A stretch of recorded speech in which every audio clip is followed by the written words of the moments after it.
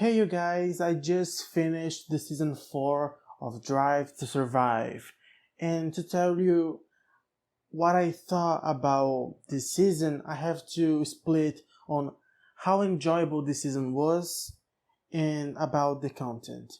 So, as a season, it was super enjoyable. I watched all the 10 episodes, which I couldn't do in season 3. I don't remember how many episodes there was in season 3, but I know that I didn't finish the season. It was the worst in this aspect to me. So it is a big improvement. So season 4 is better than season 3 in this aspect. But in a matter of content, I think that season 3 has an upper hand. I'm not even going to put the first 2 seasons because they are far the best on this Drive to Survive series. So, content. There is a lot of concerns that if you are a Formula One fan, you noticed. For example, there was fake rivalries like Tsunoda and Ocon. It was very strange to see them as some sort of rivals. And I don't know why Netflix decided to put them in that way because it didn't happen. Another concern is that the champion of the season, Max Verstappen, doesn't give interviews to Drive to Survive, and Lewis Hamilton, the runner-up, he gave like one interview and that was it. So pretty much the two main characters basically don't appear on the series, which is a very, it's very disappointing. So in that way, the main rivalry, it is not much explored because the main characters don't give interviews. So what we have from this rivalry is from the teams and the team principals, Toto Wolff and Christian Horner by Mercedes and Red Bull. And they deliver, but it would be nice to see the main characters featured in the documentary. So it is disappointing. Also, a lot of reused footage. Man, to show something they have to take like 100 different angles. Something that should be like a 10-second pit stop, it lasts like a minute. And Russell's fast lap while he was fighting for pole position is like 1 minute and something. And if you look very well at the minutes, it's like 5 minutes to show a lap of like 1 minute and a half or something. So it is pretty annoying.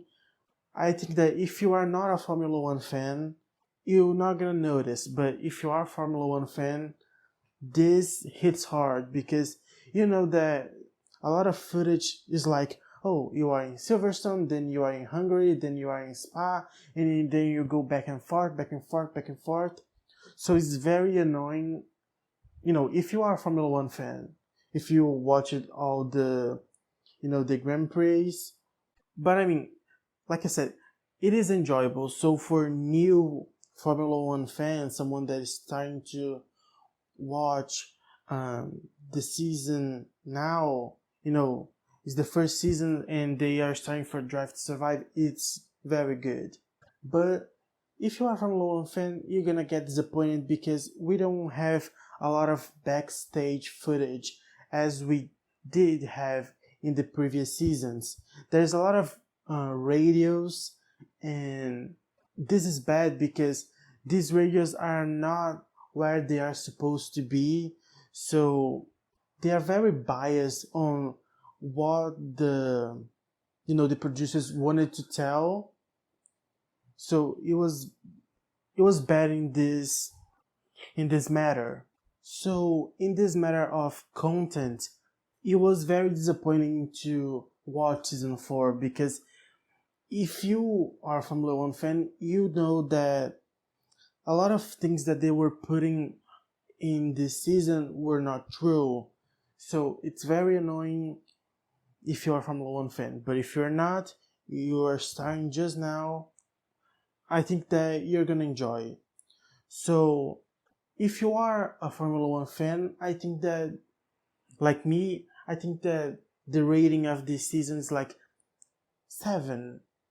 But if you are, but for the non-fans, I think it would be in 8.5 because it's very enjoyable. It's way better in this meaning than season 3, in my opinion. I'm gonna be releasing this video in the weekend of the first race in Bahrain, and we just got the news that Nico Hülkenberg is gonna race in this first race. So we're gonna see Kevin Magnussen and Nico Hülkenberg fighting on track again. And if you are not on this, they are a thing that it calls rivals. They don't like each other at all. And so I'm pretty excited to see what is gonna happen. New regulations, new cars, and this season looks to be great. I hope that we have a lot of fights on track. In next year, Drive to Survive is gonna have a lot of real content to show.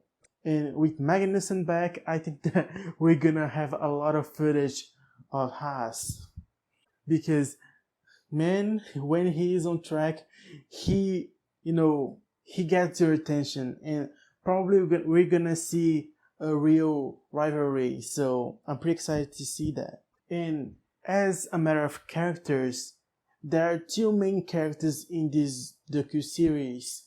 It is Gunther Steiner, the team principal of Haas, and Yuki Tsunoda, driver of AlphaTauri. They are very sincere. They don't have a filter. They say what they think. And for me, that's great.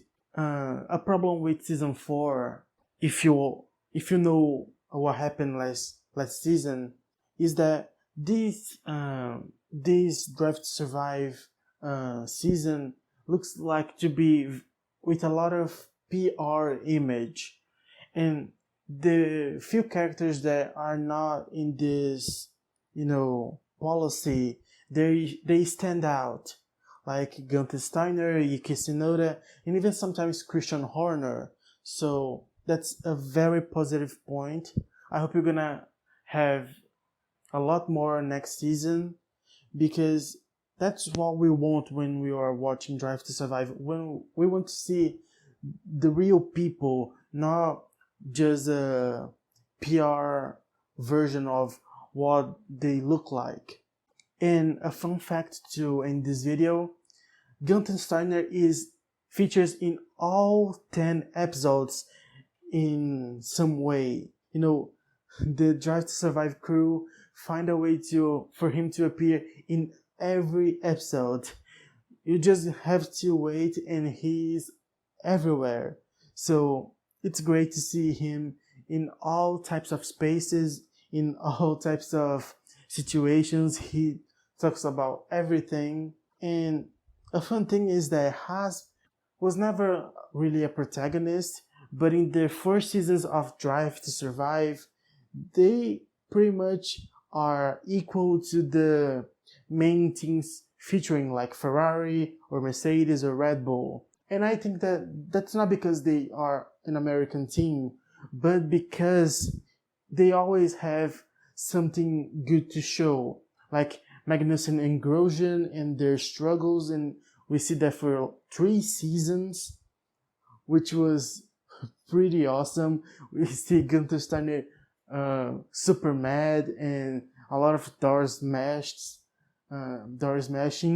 So Haas is a very fun team, and if you are starting with Drive to Survive to watch the Formula One team, I have to say Haas is gonna be your favorite team. Really, they are the most realistic team that is featured in this series. And also they have Gunther Steiner, that is the star of Drive to Survive since season 1. He is the star. He steals the show every time he appears on scene. Like, I never heard about Gunther Steiner until the first season of Drive to Survive. But when he appeared, I became a fan. I I know who he is right now, and I think that that's the meaning of why Drive to Survive exists.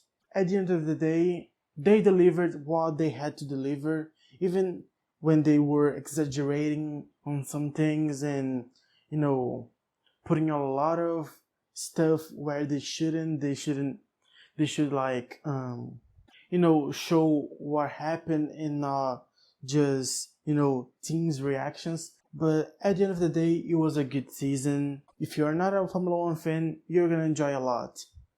No, Formula One fans are gonna have their reservations, but at the end of the day, it was really really good, and I'm super excited to see the 2022 Formula One season that is starting in this weekend that I'm posting this video. So thank you so much for watching, and well, this is it, folks. That's all I got to say. So tell me what you find out about Drive to Survive. If you liked, if you didn't like, tell me in the comments, and have a good one. I'll see you next time. Bye bye.